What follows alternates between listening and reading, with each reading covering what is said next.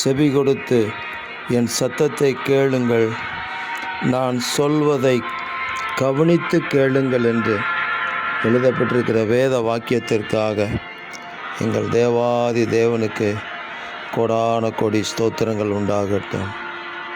உங்கள் ஆலோசனைகள் எத்தனை ஆச்சரியமானவைகள்! நீர் மகத்துவமான காரியங்களை செய்கிறீர் தேவரீர். உங்கள் வார்த்தைகள் எங்கள் காதுகளிலே தொனிக்கும்படி ஒவ்வொரு நாளும் எங்களோட கூட பேசுவீராக.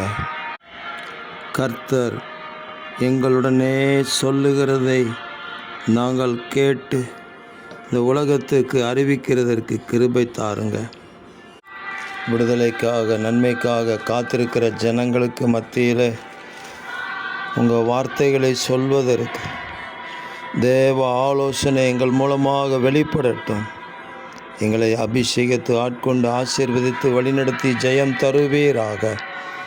இரட்சகர் இயேசு கிறிஸ்துவின் நாமத்தில் ஜெபிக்கிறோம் பிதாவே. ஆமேன், ஆமேன், ஆமேன்.